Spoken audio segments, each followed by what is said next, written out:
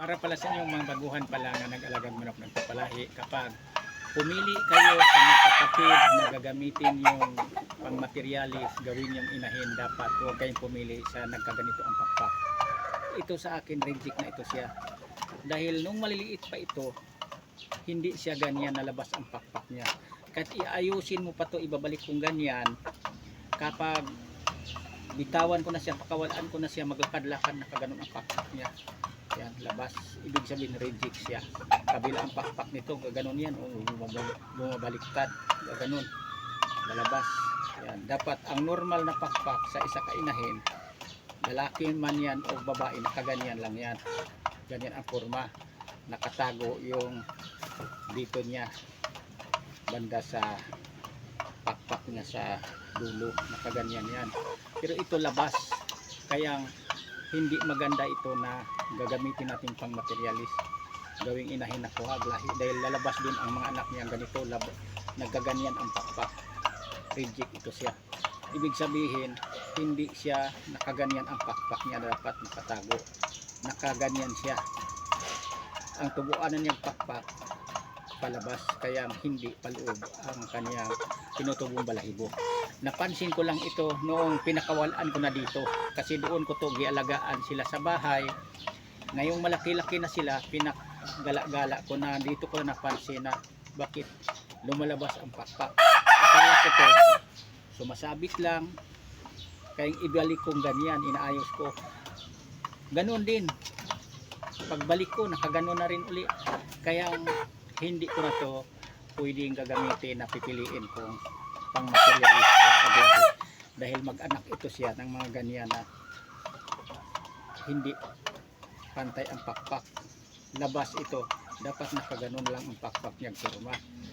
Kaya kapag mga reject kasi, dapat kapag pwede na lutuin pang ulam, paluto na natin yan pang ulam sa kumakain ng mga itong uri sa manok. Dahil luging-lugi tayo kapag ang gagamitin nating mga inahin, nakuhaan natin lahing pang materialis na gastusan natin tulad nito, labas nakaganyan ang pakpak.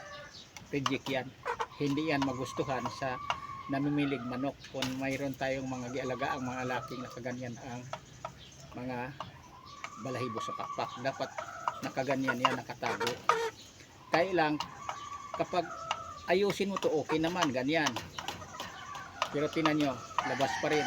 Pag pakawalaan ko ito, ganun pa rin, lalabas. Kasi pag pagpagas pa siya, hindi na niya maibalik ito, maibalik sa ganyang nakatago ang kanyang pakpak dito sa gitna o sa dulo.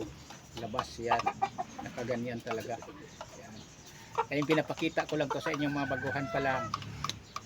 Hindi talaga natin maiwasan na sa pagpapalahi natin may ilan-ilan na lumalabas ganito.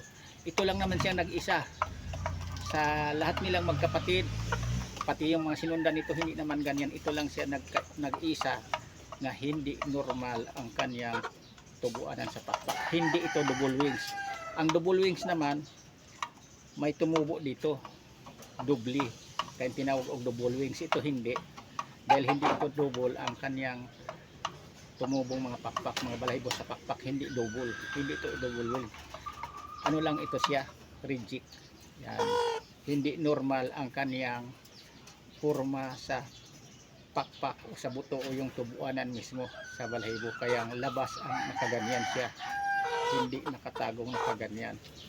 Ang normal na pakpak sa isa ka manok, mababae maglalaki, nakaganyan yan, nakatago, nakadiretsyong ganun. Pero ito siya, oh, lumalabas nga konti dito, hindi nakatago. Yung kabila nakatago, yan. Yan. Kaya ginawaan ko konting video ito para makakuha kayo idea ng mga baguhan man lang na manood dito sa aking ginawang konting video tungkol sa kaalaman ko sa pag-alagang manok. Kapag ganito ang sitwasyon sa pakpak sa mga ialagaan yung babae, huwag nyo nang ipagpatuloy na gagamitin inahin yan. Kasi lugi kayo sa inyong ginagastos, kasi maglabas na maglabas. Lalong lalo na kung ang mga lalaki labas ang mga pakpak ng pagkaganyan, reject na yan. Lugi na tayo sa atin ginagastos, kasi hindi basta-basta ang pag-alagang manok magastos.